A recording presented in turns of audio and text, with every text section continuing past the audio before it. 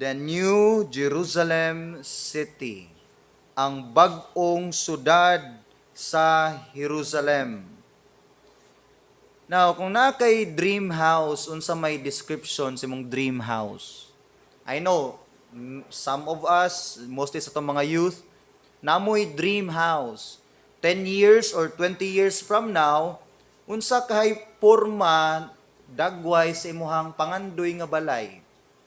Nangandoy ba kag 2, 3 story nga mansion na ay 6 ka bedrooms, and then pila man ka swimming pool imong gusto?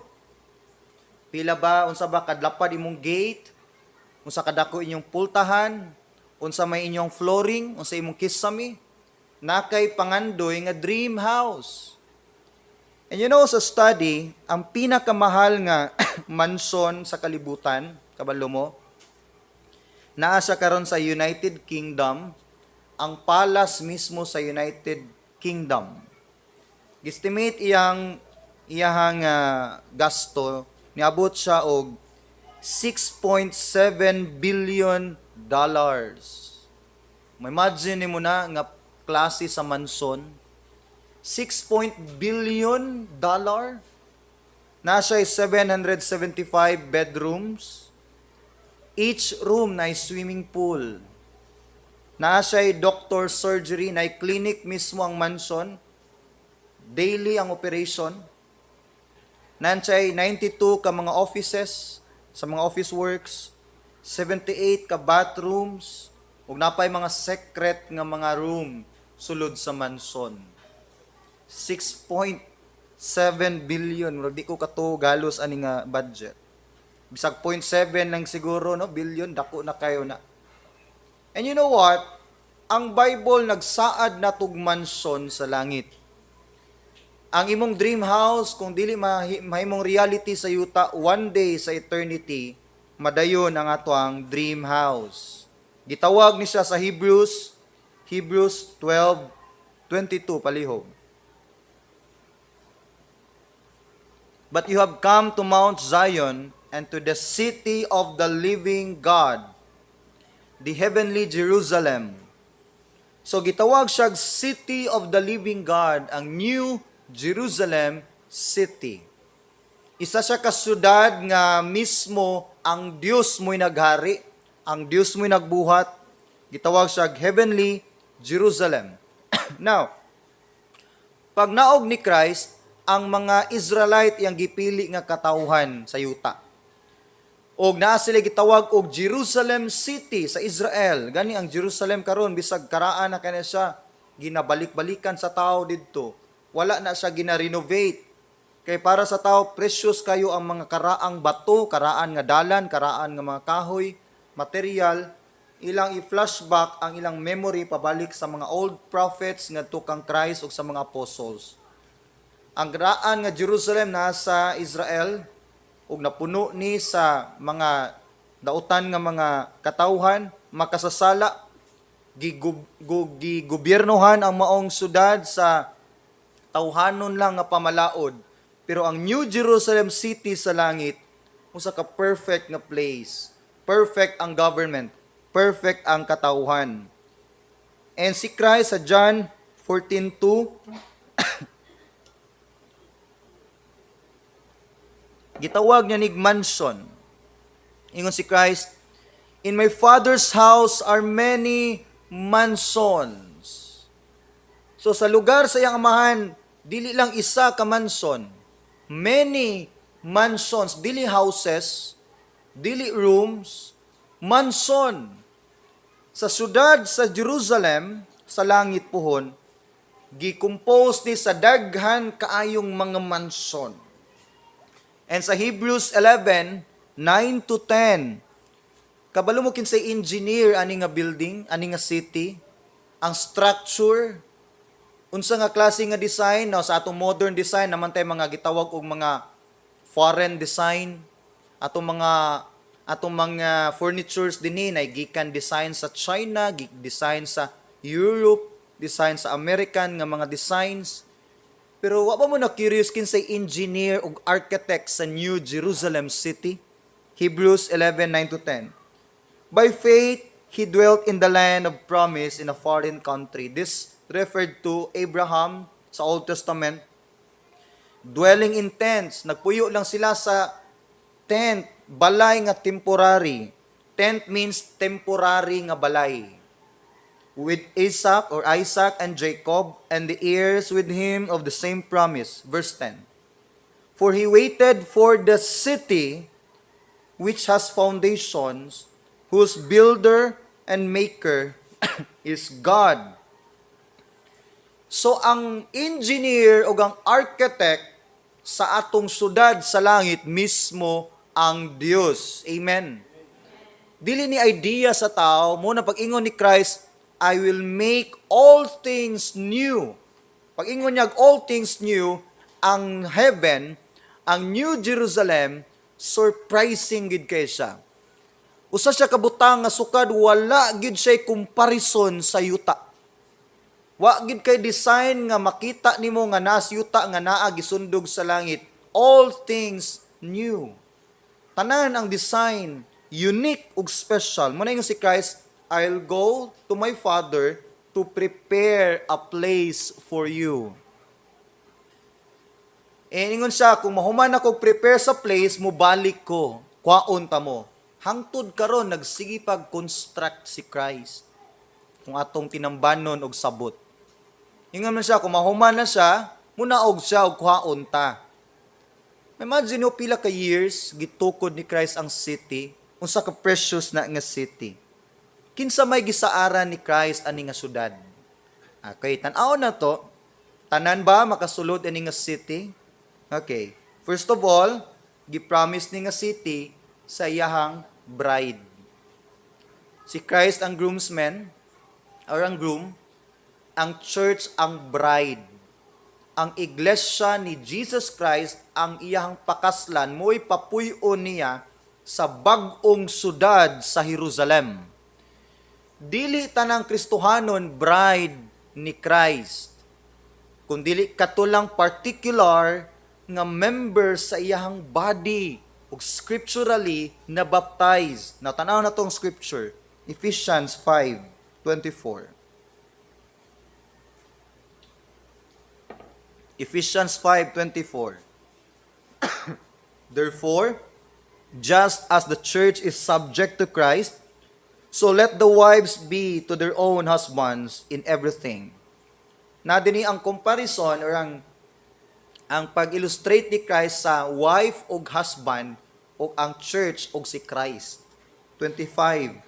Husbands, love your wives, just as Christ also loved the church and gave himself for her, that he might sanctify and cleanse her with the washing of water by the word, that he might present her to himself a glorious church, not having spot or wrinkle or any such thing, but that she should be holy and without blemish.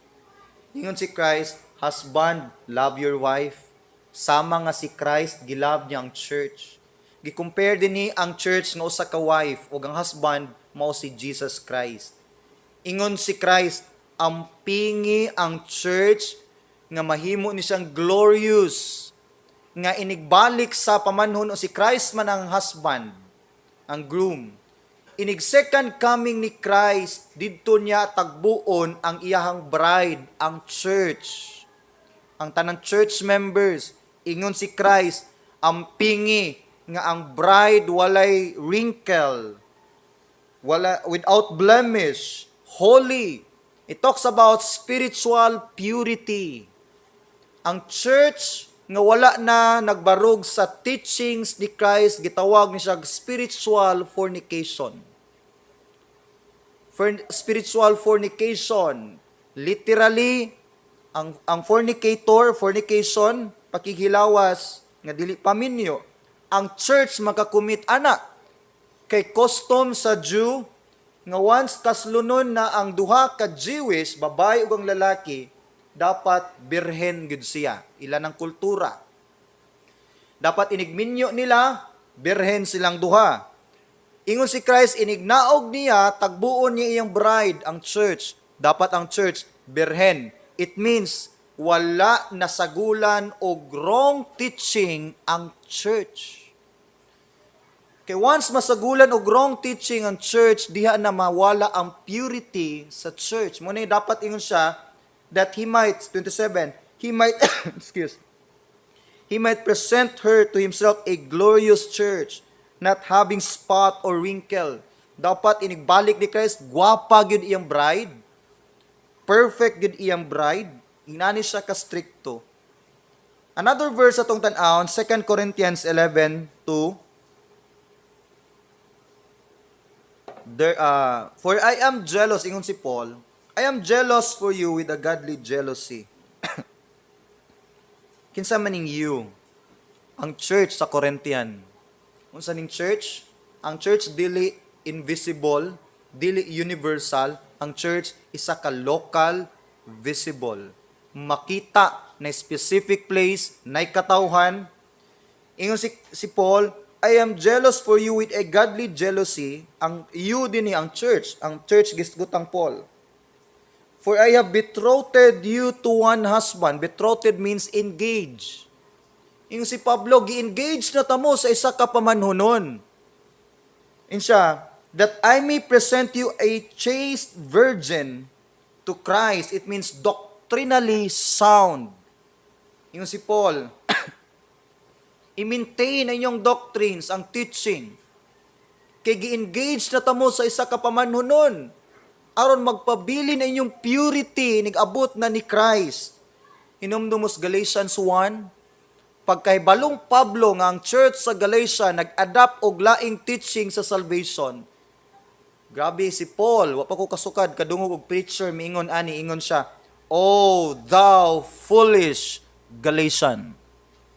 Balo man ng foolish, dili na manakop sa gawas. Foolish man to. Foolish Galatians. Mga buang-buang. Sa atong culture, ang buang-buang pamalikas. Pero sa ilaha, ekspreso na sa kasuko. Ekspreso na sa pag-describe sa usa ka tawo nga walay kahadlok sa Dios. Dili na pamalikas sa ilaha. Ina nakastrikto si Paul, dapat ang church ma-preserve ang purity sa teaching. Therefore, not all churches will be considered as one of the bride of Christ. Kato lang yung nag-preserve sa iyahang purity. Revelation 19:7-9. Now, importante kini mga verse akong gipangbasa. 19:7-9. Let us be glad and rejoice and give him glory. For the marriage supper of the Lamb has come, and his wife has made herself ready, and to her it was granted to be arrayed in fine linen, clean and bright, for the fine linen is the righteous acts of the saints. And he said to me, verse 9, Right, blessed are those who are called to the marriage supper of the Lamb. And he said to me, these are the true sayings of God. Now, sa verse 7, Revelation 19:7, ang book of Revelation na isa ni ka vision ni John the Beloved. Sa nang gisulat ni John ang book of Revelation, gipakitaan siya sa Ginoong vision, pananaon. Ang nakita ni John mo iyang gisulat. And unsay nakita ni John, mao lang po ito iyang gidetailed sa book of Revelation. Now, unsay nakitang John? Nakita niya ang hulagway sa bag-ong Jerusalem. Ug sa pangasawunon ni Christ, sa panahon ni mubalik na si Christ ha, ingon siya, maglipay ta, nainisagit, ingon ang niingon, maybe amo ning anghel, maglipay ta kay ang kasal sa nati nga karnero, ang nati nga karnero si Christ, ang kasal sa nati nga karnero, muabot na, ug ang iyahang pangasawunon, andam na. Nagisgot ni sa umaabot, sa puhon, bagong yuta, bagong langit, ug bagong Jerusalem, ug dinhi makita nato ang pagpakasal ni Kristo sa iyahang iglesia. Unsa ginang term pagpakasal? Now, dili ni literally sama sa atong gi-picture out nga kasal dinhi sa yuta. Sa kasal dinhi sa yuta na may bridesmaid, groomsmen, na mga flower girl, and then ay ring bearer, Bible bearer, and then na ay napagi-kiss the bride. Dili na mao kana siya, extra lang na siya nga ceremony. Pero ang content, pinaka content sa wedding is ang union. Namo nako, ang union, ang panaghiusa. Mubitaw na moingon ginang mukasal, karon ang pinakaimportanting adlaw sa gikasal kay dinhi mo nahimong usa atubangan sa Dios. So ang highlight, ang message gyud sa wedding is ang union, ang panaghiusa sa duha nahimong usa, nagkuyog. Og ang wedding nga gipasabot one day sa heaven, ang panaghiusa sa church og ni Jesus Christ. Ang pagpuyo ni Christ kuyog sa iyahang bride nga mao ang church. Nasabtan nato. Okay, wala nay paso-paso na didto, I don't know unsa. For sure walay kiss the bride. Walay magtiayon, magilhanay didto nga magtiayon. Si Brother Refino, ang tan-aw niya Sister Jackie, igsuon na sila sa pagtuo. Di na mo magisgot tay utang didto. Nabayran ba tong utang ni Kuan? Wala na. Ang imong anak, ang tan-aw ni mus imong anak dito, igsuon na ni mus pagtuo. We have only one Father. We will be a big family in heaven. Igsuon na ta ditong tanan sa pagtuo. During sa wedding, Revelation 19 verse 9. Then he said to me, "Right, blessed are those who are called." Now, during sa wedding, naay gikasal ug naay bisita. Now, importante ni siya, called, kaning term. Kaning term nga called. Bulahan katong dinapit sa kasal. Di ba? Kung attend kag wedding, kung ikaw ang bisita, ikaw ang modalag regalo. Pero dinhi, mo attend ka sa wedding, kay gusto nimo ma-witness ang ilang joy, ilang kalipay, o muhatag kag blessing ngadto nila. Sa wedding puhon sa langit, naay gikasal ug naay mo-witness or bisita sa kasal. Ang ikasal dinhi ang bride ni Christ, ang church, ang nabaptized, ang na-member scripturally sa iyang church. Ug ang bisita dinhi ang mga saved nga wala lang nabaptized. Ang saved, luwas, pero wala na member sa body or sa bride ni Christ nga mao ang church. Atong i-clarify, unya, mas ma-emphasize na ito na unya, ingabot na ito sa Revelation 21. Kinsa ang body ni Christ? Colossians 1:18. Colossians 1:18, ingon si Paul, He is the head of the body, the church. Si Christ di ay ang head sa body, o ang church mao ang body ni Jesus Christ. Unsaon man, unsaon man nato nga ma-member ta sa body ni Jesus Christ. Automatic ba member ang tanang save? Dili. Dili automatic member ang tanang save.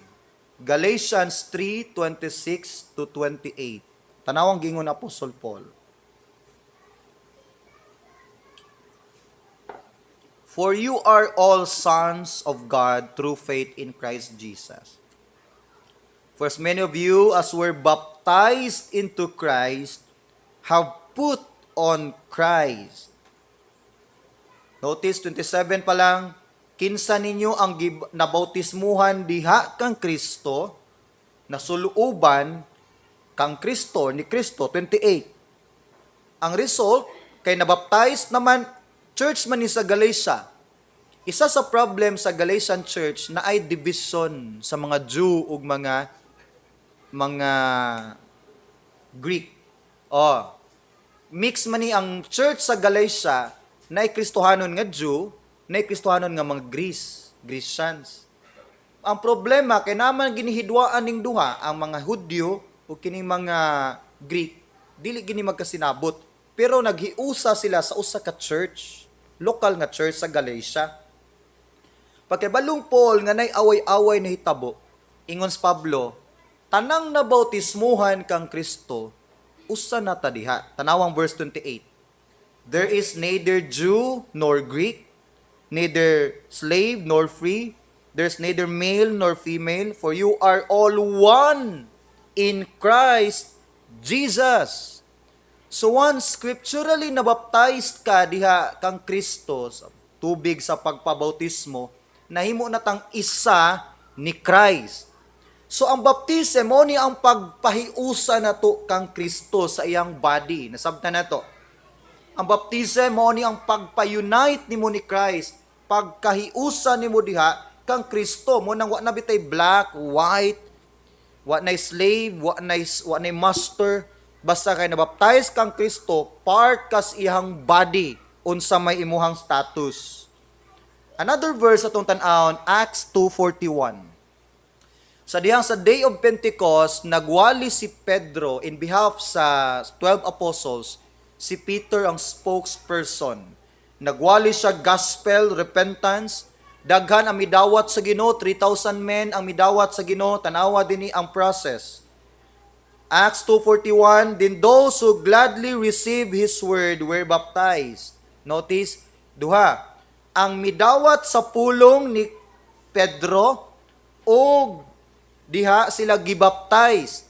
So una silang mi-receive sa word, then diha sila gibaptized. Human sila gibaptized, and that day about 3,000 souls were added to them. Ang baptism, it is a picture of Christ's death, burial, and resurrection. Ang baptism, ituslob ka sa tubig, hawason ka, meaning si Christ gilubong nya nabanhaw pod. Ang baptism usapod ni ka pagpakita nimo sa imong public nga pag-follow ni Christ. Isa ni ka public confirmation nga isa ka ka-follower ni Christ. Mabitaw na nga public si John the Baptist nang baptized. Dalan siya nang baptized, dagang kinangagi, dagang nagbiay-biay niya. Public testimony, public obedience ang baptism sa pag-follow ni Christ. Uniform nis mga Christians. Ang pulis, ma-identify siya nga usa siya ka pulis, pinagis iyang uniform. Pero kung wala siya uniform, pulis gapon siya pero dili siya mailhan nga pulis. Ang Kristohanon, dali i-claim nga kita Kristohanon. Pero atong spiritual nga uniform, ang ato ang public nga pag-declare or pagsunod ni Christ sa water baptism. Diha ta ma-identify nga follower ta ni Christ, tinaagis sa tubig sa pagpabautismo. Another verse atong tan-awon, Romans 6:3-4, mo nagingon ako kaganiha. Romans 6:3-4, do you not know that as many of us were baptized into Christ Jesus, were baptized into his death? That's number 1. Verse 4, therefore, we are buried with him through baptism into death, and just as Christ was raised, number 2, raised from the dead by the glory of the Father. So nadina ang buried, death, and raised. So ang bautismo nagsimbolo sa pagkalubong, pagkamatay, paglubong ug pagkabanhaw ni Christ. Dahil hindi na, from the dead by the glory of the Father, even so we also should walk in the newness of life. So nagpicture out sa gospel ang baptism. Tulo, death, burial, and resurrection. Sa Matthew 28, tanaw na to sa Matthew 28, verse 19. Tanawa din isa ka major command ang baptism. Go therefore and make disciples of all nations. Humag-disciple, baptizing them. Asa, nga ngalan, in the name of the Father, Son, and the Holy Spirit. Ang baptism picture sa death, burial, resurrection. Ang baptism himuon sa ngalan samahan, anak, ug Espiritu Santo. Isa ni kay union sa Trinity, Father, Son, and the Holy Spirit. Ang imong pag-submit sa water baptism, mo ni pag-participate nimo sa kamatayon ni Christ sa cross sa iyang pagkalubong ug pagkabanhaw. Pag-participate. Si Christ mo literally namatay, literally gilubong, literally nabanhaw. Ang atong water baptism, sama ra nga miubantang Kristo sa diha siya namatay, gilubong, ug nabanhaw. Pag-join nato ni sa iyang struggle dito sa cross. Gawas pa niya na, ang water baptism, bit-bit nimo dinhi ang pagkighiusa nimo sa Amahan, sa Anak, ug Espiritu Santo. You see, inana ka powerful ang water baptism. Ingon dinhi, baptizing them in the name of the Father, Son, and the Holy Spirit. Tungod ana, tanawa, unsay promise ni Christ sa mga kaanak niya, general ni siya. Philippians 3:20. Philippians 3:20, for our citizenship in heaven, from which we also eagerly wait for the Savior, the Lord Jesus Christ. Nanatay dual citizenship. Isa dinis yuta, ikaduha sa langit. Nanatay citizenship sa langit. Citizen nata sa langit nung dapit, nanatay lugar sa New Jerusalem City. Andam na mo sa pag-reveal unsa ni nga klase nga city. Revelation 21. Revelation 21 whole chapter kaya pa ni 30 minutes. Now, ingon si John. Again ha, si John the beloved aning time wap-an ni adtog langit. Nakita lang niya sa pananaon. Nakita ni John, iyang gisulat iyang nakita og morning 21. I saw a new heaven and a new earth. Now, take note, na ay earth. Nagisgot ni sa katapusan nagis panahon sadang ang mga dili luwas ilabay na sa lake of fire, ang tanang luwas gigather na sa Ginoo sa langit, didto na sa maghimog bag-ong earth. Okay? Literal nga earth, dili spiritual. Ang earth nato dinhi, tanawa tong earth ni nay pangpang, nay bukid, nay sapa, nay clouds. Masunog ni si Christ maghimog bag-ong yuta, bag-ong earth, ug bag-ong heaven. Nay bag-ong heaven nagisgot ni sa kahitasan nga bahin. Kung sigingon, for the first heaven and the first earth had passed away. Gisunog na ang universe, ang earth, gihimo ng lake of fire. Also, there was no more sea. Sa bag-ong yuta, wala na'y dagat. Na isa ka source of water, unya makita na to. Verse 2. And I, John, saw the holy city, New Jerusalem. So na i-describe na. Coming down out of heaven from God, prepared as a bride, adorned for her husband. Nakita ni John na nayuta, na clouds. Hinay-hinay minaog ang New Jerusalem city. Gibuhat ni dito sa taas, ginaog lang ni sa bag-ong yuta. Hinihinay minaog ang bag-ong sudad. O gi-prepare siya as a bride. Actually, isa ni ka figurative, di gini literally sabot sa uban. Ang New Jerusalem City, gi-picture out siya as mura siyag bride. Di ba ang bride, pagwapahan, make-upan, sininaag mahalon, para moatubang sa iyang pangasaw-unon. Ug mao ni ang New Jerusalem City gipagwapo, gipagwapa, gipanindot para moatubang na ni Kristo. Actually nagpicture out ang New Jerusalem City sa church ni Christ nga moang bride.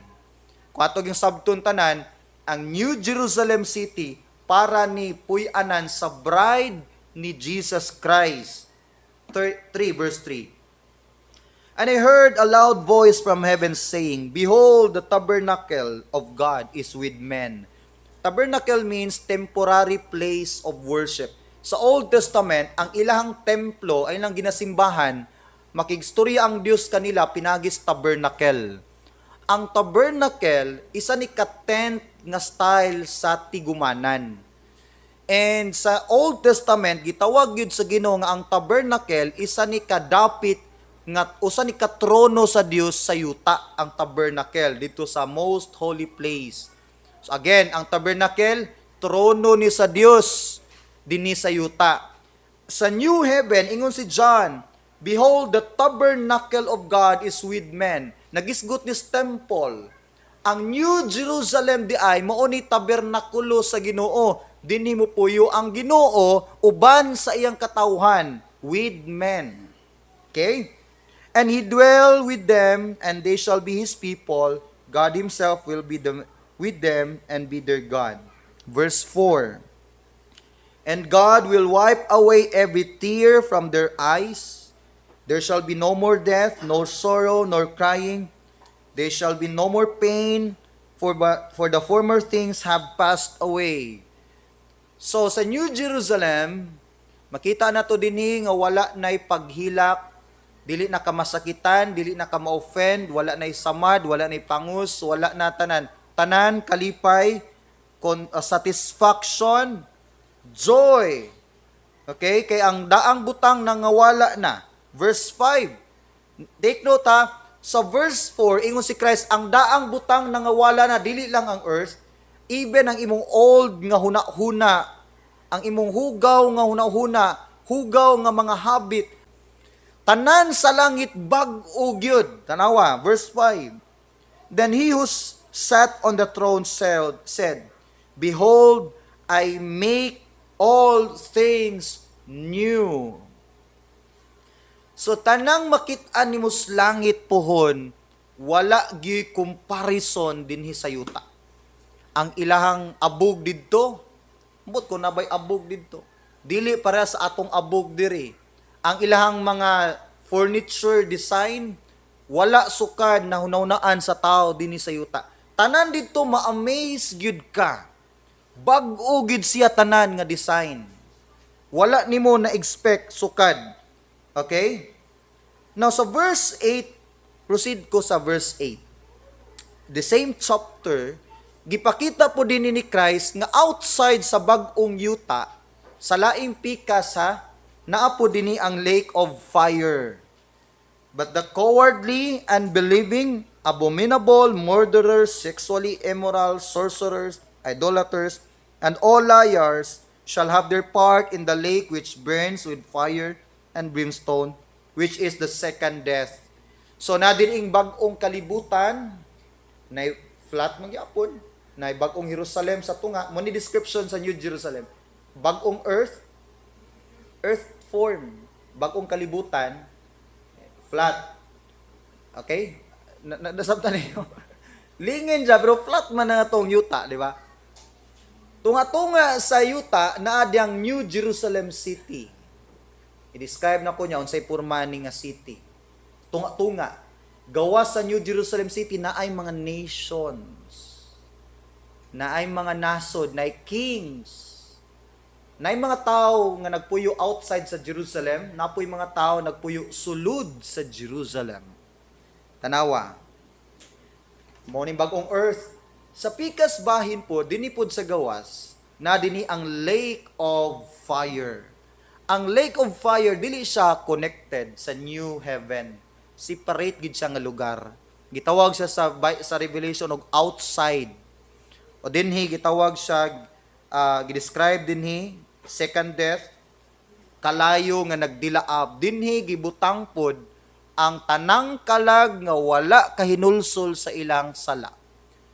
Tanawa, kung unsa ka nindot ang New Jerusalem, ang new heaven, in ana ka horror, terrible ang impierno gang lake of fire. Nasabtan na to. Unsa pud siya kahadlok, in ani pud siya kanindot. Now, verse 10. Proceed ko sa verse 10. Tanawa, si John the Beloved, siyang vision, gidala siya sa anghel, and he carried me away in the spirit to a great high mountain, and showed me the great city, the holy Jerusalem, descending out from God. So makita na to dinhi, gipakita sa anghel kang John the Beloved ang New Jerusalem city. Now, verse 11. Having the glory of God, tanawa ha, giyon sa pag-describe, ang New Jerusalem city nagasidlak siya sa kahayag.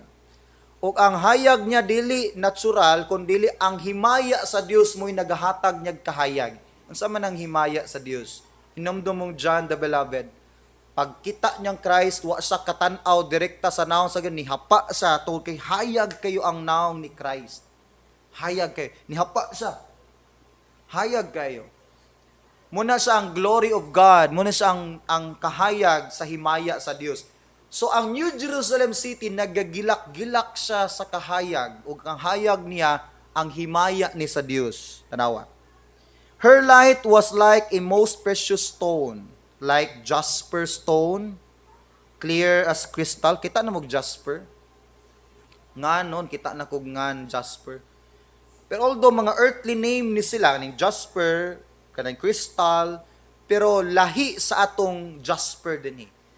Ang heaven, unsay material sa heaven, ang term, mao sa term na to diri, pero lahi og unique didto. And then, usa pa, clear as crystal, tinaw kayo ni nga bato. Also, she had a great high wall, na itaas kay nga gate, 12 gates. Okay, 12 ka gates, and 12 angels at the gates. Each gate, na isa ka anghel, nagbantay. Matag gate. Na 12 ka gate, and names were written on them, which are the names of the 12 tribes of the children of Israel. 3 gates on the east, 3 gates on the north, 3 gates on the south, and 3 gates on the west. So, nadito ang mangalan sa 12 tribes sa Israel, Benjamin, sila si God, gipambutang dito sa each gate. Verse 14, tanawa ha, verse 14. Now, the wall of the city had 12 foundations. Ang foundation, sa mana? Ang punuan, ang pundasyon. Now, daghang point of view ani, pero ang isa sa convincing idea aning 12 foundation, 12 siya ka story. 12 ka layer. Each foundation, ang base na siya. Ang base, isa ka foundation. Second foundation, third foundation, fourth foundation. Hantod 12 siya ka story sa maong building. Kabalo mo unsa kadagko na nga story?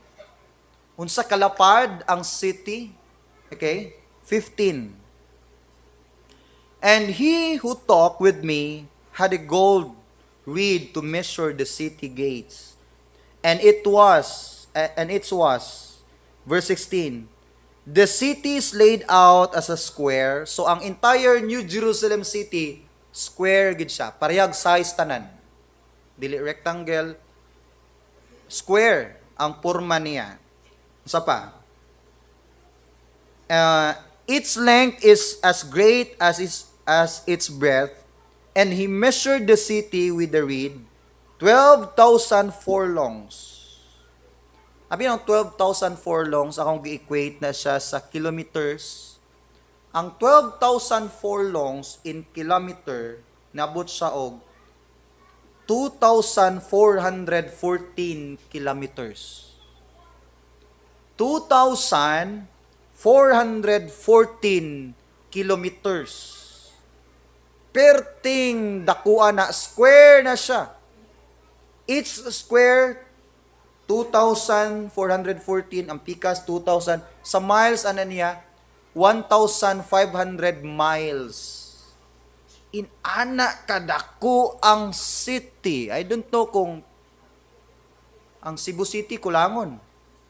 Siguro. No, Sir Ryan. Ang Cebu Province kaha. Abot ba kag 1,000? Wadto kog tuburan, magnaarang tuburan sa mga 100 plus kilometers. Gikan diri. Diri to tuburan. Diri to Bantayan Island, siguro mga 200 kilometers, Bantayan Island. 100 lang na. Thousands ang gisgutan. Kulangon ang entire Cebu Province sa bagong city. And square, ug ang gitas-o na siya. Unsa kalapad, 1,500 miles. Ang gitas-on, 1,500 miles. Inana kataas ang city. Nighanga di mo, kulangon imong liog, dapat mo, ana di kumayo kay sa kataas. Dapat humo kag lawas. Oh, tanawa pa din eh. The measure of its wall. Arita sa wall, ha? Sa wall. Unsa ka baga ang pader? 144 cubits. Ang gibag-on sa wall sa city, pader pa lang na. Ang 144 cubits, cubit man standard nga tao, gikan sa tip sa finger ngadto. Equivalent na siya 216 feet. 216 feet ang gibag-on sa wall nato dito. 18. The construction of its wall was jasper and the city was pure gold. The city is purely gold, like clear glass. So ang city sa New Jerusalem, isa siya ka gold nga tinaw kayo nga makapanamin ka sa katinaw. Ang gold na to diri, pure nga gold, di man ka makapanamin. Garang-garang man kagnaw. Pero ang gold sa heaven, ang streets, gold. Ang wall, gold. Halos tanan, gipuno sa gold. Makapanamin ka sa iyang katinaw. Tanawa. The foundations of the wall of the city were adorned with like all precious stones. Each foundation, first floor, jasper. Second floor, sapphire, ang base ni nila. Third floor, chalcedony. Fourth, emerald. Fifth, sardonyx. Sixth, sardius. Seventh, chrysolite. Eighth, beryl. Ninth, topaz. Tenth, chrysoprase. 11th, jacinth or hyacinth. 12, floor, amethyst. Tanawa, each foundation na siya'y precious king stone. 21.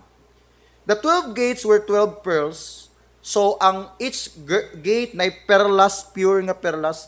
Each individual gate was of one pearl. And the street of the city was pure gold, like transparent glass. Uy, ay mo pakaulo, di ta maniltil dito ha.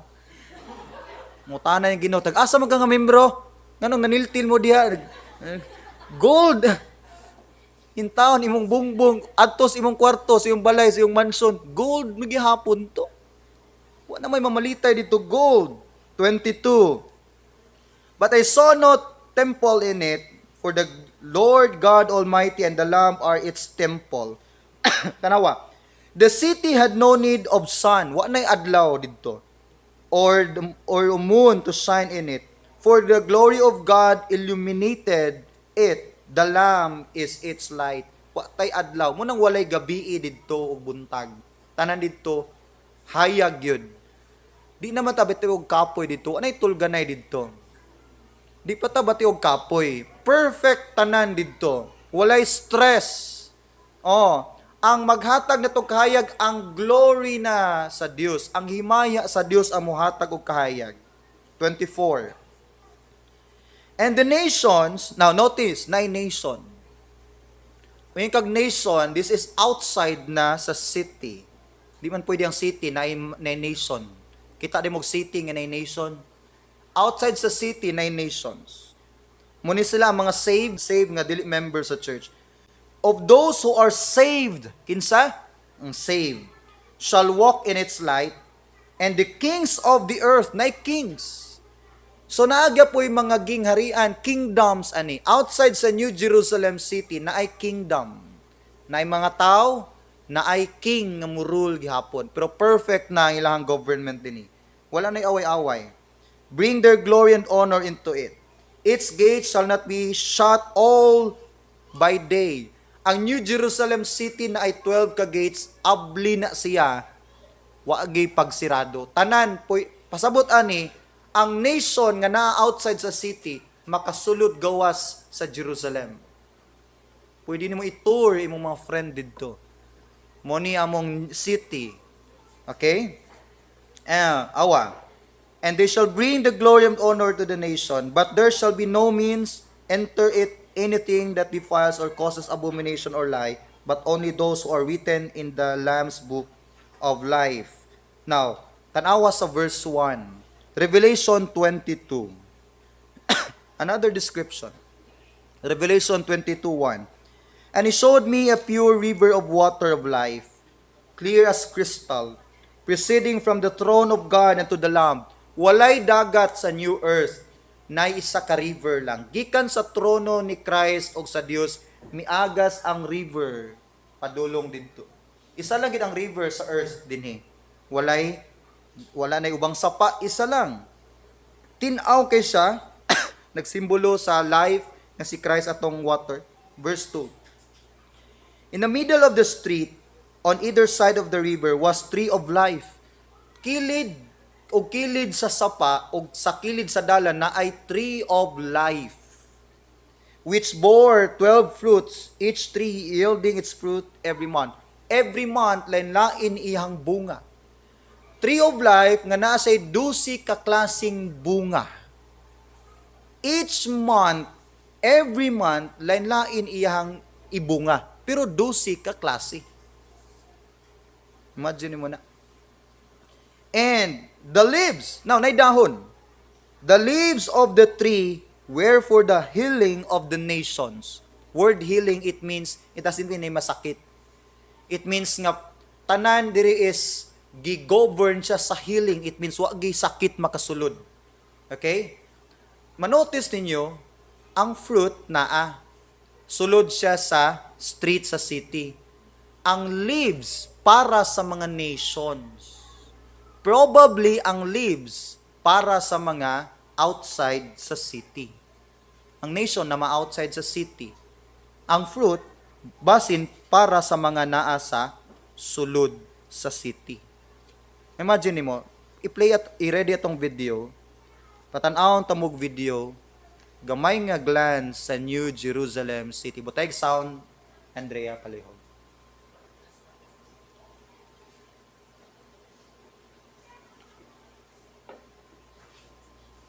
Take sound.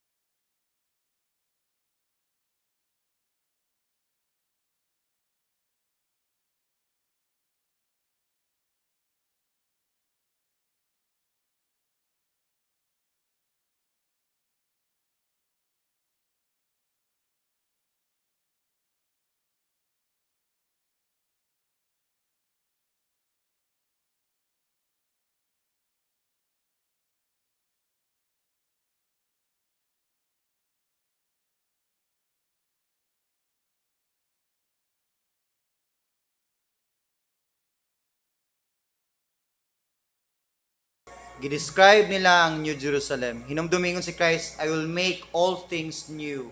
Wala pagid nato sukad nakita. Dini pa lang na-amaze ta sa New Jerusalem. Ang New Jerusalem sa New Heaven, surprise gid siya. Wa gid siya sukad nato nakit-an. Mamangha og ma-amaze gid ta sa beauty nining maong city. Amen. Muna dinhi na gusto ipabalo ninyo nga hulat lang gid ta. Naay dakong ganti puhon sa langit. Ang last part, pwede ta manindog palihog. Revelation 22 verse 4, they shall see his face and his name shall be on their foreheads. There shall be no more night there. They need no lamp nor light of the sun, for the Lord God gives light, and they shall reign forever and ever. Amen. The most precious thing nga tong makita sa langit, dili lang streets of gold, dili ang walled city, dili ang 1.5 nga 1,500 miles nga city. Ang naong ug naong makita nato si Christ. Ingon dinhi, they shall see his face to face. So again, i-check na tong commitment. Sige lang, okay lang atong balay tulo. Atong commitment pagpangalagad, one day sa heaven, ma-amaze ka sa himaya sa Dios. Munang atong tinud-o atong pagpangalagad sa Ginoo. Amen. Dili ta maluya. Pag-ingon ni Christ, one day mo balik siya, nagisgot sa usa ka butang nga sukad. Wala gid mo gi-expect. One day sa eternity. Let's bow down our heads. Father in heaven, we thank you, Lord, sa message nimo. Salamat, Ginoo, nining kabuntagon, kaudtuhon, sa pag-remind nimo namo, Lord, sa bag-ong syudad. Ang akong gi-describe, Lord, gamay lang kayo, Ginoo, nga description.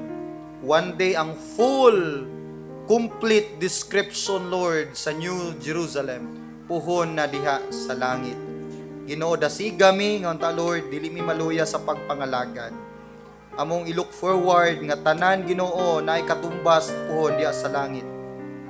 I-bless, Lord, among desisyon, ining tanan amahan, among lauman, among madawat sa pangalan ni Jesus. Amen ug amen.